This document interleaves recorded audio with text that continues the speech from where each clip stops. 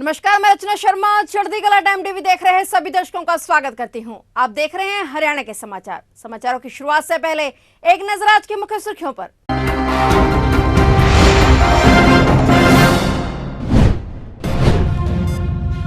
मुख्यमंत्री ने दिव्यांगों को दिया बैटरी चालित वाहन का तोहफा। मुख्यमंत्री ने गांव वासियों की सुनी समस्याएं। 25 सितंबर को सीकर में रैली करेंगे डिप्टी सीएम दुष्यंत चौटाला। कहा, इस बार जजपा की चाबी से खुलेगा विधानसभा का ताला। नहर टूटने से 300 एकड़ फसल हुई जलमग्न। फसलों का हुआ भारी नुकसान। एक महीने में 2 बार टूट चुकी है नहर।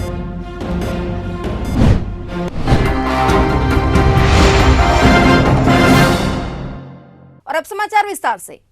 मुख्यमंत्री मनोहर लाल ने अपने जनसंवाद कार्यक्रम के तीसरे दिन हिसार जिले के गांव गुराना में दिव्यांगों को बैटरी चालित वाहन का तोहफा दिया। इसके अलावा मुख्यमंत्री ने गांव वासियों की समस्याएं सुनी।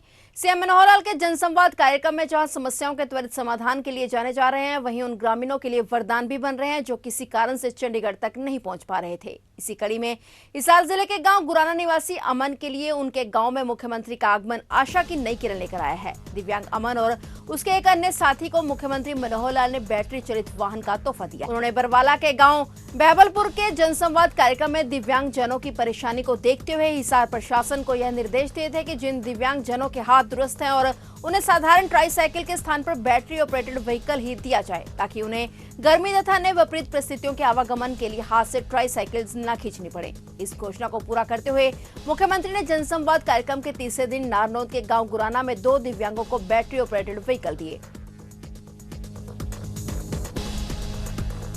मुझे मोटराइज ट्राईसाइकिल मिलने जा रही है और कल सरकार ने कहा घोषणा की जो चला सकते हैं उनको हाथ वाली क्यों दी जा रही है, उसे ये बिजली वाली दी जानी चाहिए।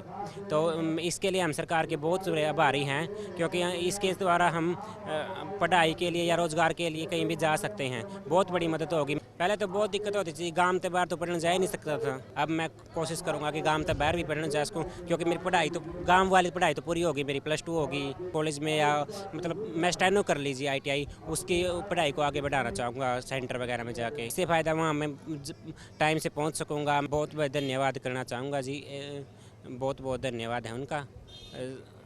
हमारी बहुत विकलांगों की बहुत बड़ी मदद करी है।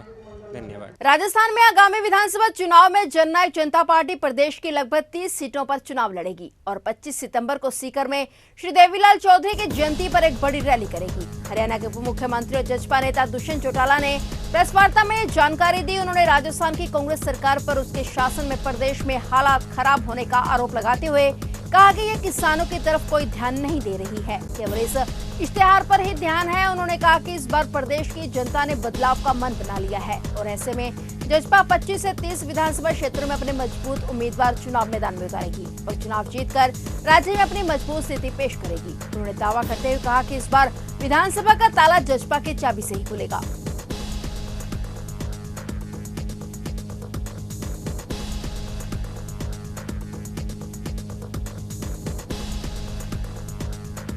चरखी दादरी जिले के गांव पारडी के पास आज सुबह नहर टूटने से सैकड़ों एकड़ फसल जलमग्न हो गई, जिससे किसानों की फसलों में भारी नुकसान हुआ है। ग्रामीणों ने बताया कि सुबह नहर टूटने की सूचना मिली थी, जिसके बाद ग्रामीण मौके पर पहुंचे। सिंचाई विभाग को सूचना दी गई, लेकिन मौके पर कोई भी अधिकारी नहीं पहुंचा। गाँव पारडी के सरपंच राजेंद्र सिंह ने बताया कि ग्रामीणों द्वारा सूचना दी गई थी, जिसके बाद सिंचाई विभाग के जेई को सूचना दी गई। वहीं उन्होंने बताया कि 1 महीने के दौरान 2 बार नहर टूट चुकी है, जिसके कारण किसानों को फसलों में भारी नुकसान हुआ है। ग्रामीणों ने बताया कि प्रशासन की लापरवाही के कारण यह घटना हुई है।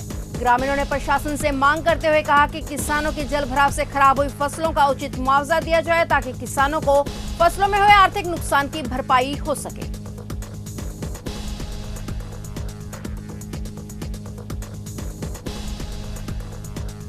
भारत जोड़ो यात्रा की पहली वर्षगांठ पर कांग्रेस नेताओं ने महात्मा गांधी की प्रतिमा पर माल्यार्पण कर उन्हें नमन किया और इसके बाद यह पैदल यात्रा डॉक्टर भीमराव अंबेडकर चौक पहुंची। कांग्रेस नेताओं ने बाबा साहेब की प्रतिमा पर माल्यार्पण कर उन्हें नमन किया। इस मौके पर असंध से कांग्रेस विधायक शमशेर सिंह गोगी ने कहा कि भारत जोड़ो यात्रा की पहली वर्षगांठ पर कांग्रेस कार्यकर्ताओं में खुशी की लहर है। उन्होंने कहा कि भारत जोड़ो यात्रा से जो उपलब्धि हुई है, इससे लोगों में आपसी भाईचारा बढ़ा है, लेकिन इस यात्रा के बाद से सत्ता में बैठे लोग बौखलाए हुए हैं। गोगी ने कहा कि भाजपा के लोग चाहे जो भी हथकंडे अपना ले वे इस भारत को कभी नहीं हरा सकेंगे। आज ये भारत जोड़ो यात्रा की पहली वर्षगांठ है और इससे कार्यकर्ताओं में इतना जोश है, आप देख रहे हो कि भारत जोड़ो का नाम सुन के यात्रा से जो उपलब्धियां हुई हैं और जिस तरीके से देश के अंदर जिस पार्टी ने, जिस विचारधारा के लोगों ने नफरत फैलाने की कोशिश की थी, उनके पैर भी और दिमाग दोनों हिल गए। आप देख लो क्या क्या कर रहे हैं वो। तो इसीलिए हमने अगला स्टेप लिया है, जुड़ेगा भारत जीतेगा इंडिया। और बीजेपी वाले कुछ कर लें, इस भारत को कभी हरा नहीं सकेंगे। हरियाणा के गृह एवं स्वास्थ्य मंत्री अनिल विज का जनता दरबार इस शनिवार यानी 9 सितंबर को नहीं लगेगा। गृह मंत्री अनिल विज की आंख में दिक्कत की वजह से चिकित्सकों ने उन्हें आराम करने की सलाह दी है। इस कारण शनिवार को जनता दरबार नहीं लगेगा। गौरतलब है कि गृह मंत्री अनिल विज हर महीने के दूसरे और चौथे शनिवार अंबाला छावनी के PWD रेस्ट हाउस में जनता दरबार लगाकर जन समस्याओं को सुनते हैं। उनका जनता दरबार प्रदेश भर में प्रचलित है। हरियाणा के पूर्व विधानसभा स्पीकर कुलदीप शर्मा ने कहा है कि इंडिया के नाम से भाजपा नेताओं को डर लगने लगा है। उन्होंने कहा कि प्रधानमंत्री को संविधान की जानकारी नहीं है, तभी वे 1 नेशन और 1 इलेक्शन की बात करते हैं। वहीं उन्होंने सवाल किया कि क्या विधानसभा में विश्वास मत खोने की स्थिति में क्या मध्यावधि चुनाव नहीं होंगे। उन्होंने कहा कि प्रधानमंत्री संघीय ढांचे को खत्म करना चाहते हैं। दरअसल पूर्व विधानसभा स्पीकर कुलदीप शर्मा करनाल के PWD रेस्ट हाउस में पत्रकारों से बातचीत कर रहे थे। उन्होंने कहा कि 10 सितंबर को शाम 4 बजे जनमिलन कार्यक्रम SBS स्कूल में आयोजित किया जाएगा। प्रदेश के पूर्व मुख्यमंत्री भूपेंद्र सिंह हुड्डा लोगों की समस्या को सुनने के लिए आ रहे हैं। इस कार्यक्रम में कांग्रेस के प्रदेशाध्यक्ष चौधरी उदयभान, राज्यसभा सांसद दीपेंद्र हुड्डा सहित कई विधायक और पूर्व विधायक मौजूद रहेंगे। मुख्यमंत्री जी ने 9 साल में अपने शासनकाल में कभी जनसंवाद नहीं किया, कभी लोगों के बीच में नहीं आए, न करनाल आए न कहीं और आए। करनाल अपनी समस्याओं से जूझता रहा। आज वो जन संवाद कार्यक्रम कर रहे हैं। मैं समझता हूँ लोगों का समय बर्बाद कर रहे हैं, किसी समस्या का हल नहीं। हजारों लोग प्रॉपर्टी ID के नाम पर दुखी हैं, PPP के नाम पर दुखी हैं, अनेकों ऐसी चीजें हैं, पेंशन कट गई है, मकानों का कुछ नहीं हुआ, दुखी। लेकिन मुख्यमंत्री तक पहुंच नहीं है। मुख्यमंत्री अगर उनको कोई सवाल पूछ लेता है तो मुख्यमंत्री जी घमंड में आकर ऐसे जवाब देते हैं, लोगों का अनादर करते हैं, सत्ता के नशे में चूर हैं, खट्टर साहब धमका रहे हैं। इस सरकार के आने के बाद लड़ाई तो भ्रष्टाचार के खिलाफ होनी चाहिए, लेकिन भ्रष्टाचार 4 गुना है। करनाल में कोई तहसीलदार नहीं है। मैंने पूछा तहसीलदार क्यों नहीं है, कहने लगे कि ईमानदार तहसीलदार ढूंढ रहे हैं करनाल के लिए, जब तक मिला नहीं है 6 महीने। भ्रष्टाचार चरम सीमा पर, मुख्यमंत्री की नाक के नीचे भ्रष्टाचार। हरियाणा के अंबाला कैंट से लापता हुए सेना के लांस हवलदार पवन शंकर का शव रेल पटरी से बरामद किया गया। यह शव कैंट रेलवे स्टेशन से मोहड़ा के बीच पटरी पर पड़ा मिला। शव की बरामदगी के बाद तब हड़कंप मच गया जब लांस हवलदार की पत्नी के मोबाइल पर व्हाट्सएप मैसेज आया, जिसमें लिखा गया कि आपके पति को खुदा के पास भेज दिया गया है, पाकिस्तान जिंदाबाद। इस मैसेज के बाद पुलिस के साथ मिलिट्री पुलिस और आर्मी इंटेलिजेंस भी अलर्ट हो गई है। सैनिक के पोस्टमार्टम से पहले ही सेना की टीम अंबाला के अस्पताल में पहुंच गई। बताया जा रहा है कि सैनिक पवन शंकर मूल रूप से उत्तर प्रदेश के कानपुर का रहने वाला था, जो पिछले 3 साल से अंबाला कैंट में पोस्टेड था। इसके बाद पुलिस ने जवान के बारे में जानकारी जुटाने के लिए कानपुर में भी संपर्क साधा है। पवन शंकर 6 सितंबर की शाम 7:30 बजे से लापता था।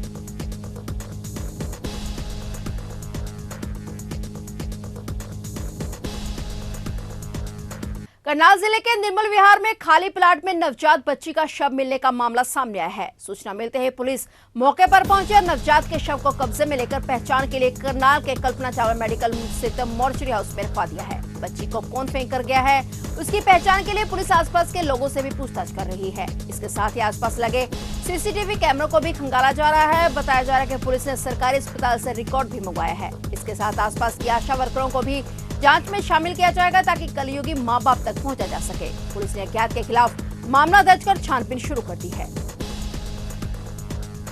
रेवाड़ी जिले के गांव भोतवा सहीर में युवक की लाठी डंडों और पत्थरों से पीट कर हत्या कर दी गई। आरोपियों ने मृतक की पहचान छुपाने के लिए उसका चेहरा बुरी तरह से कुचल दिया था, लेकिन मृतक के कपड़ों से उसकी पहचान की गई। सूचना मिलने के बाद पुलिस मौके पर पहुंची और शव को कब्जे में लेकर कार्रवाई शुरू कर दी गई है। गांव में तनाव की स्थिति बनी हुई है और वहीं मृतक के परिजनों ने गाँव के ही एक युवक पर हत्या करने का आरोप लगाया है।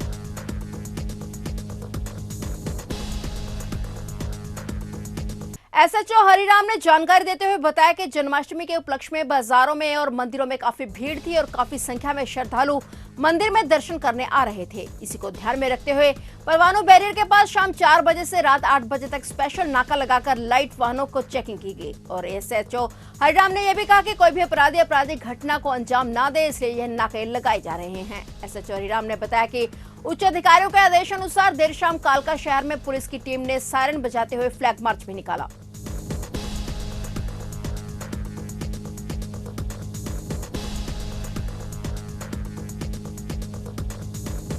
तो ये थे हरियाणा के समाचार और नए समाचारों के साथ फिर से हाजिर होंगे। तब तक के लिए देखते रहिए चढ़ती कला टाइम टीवी।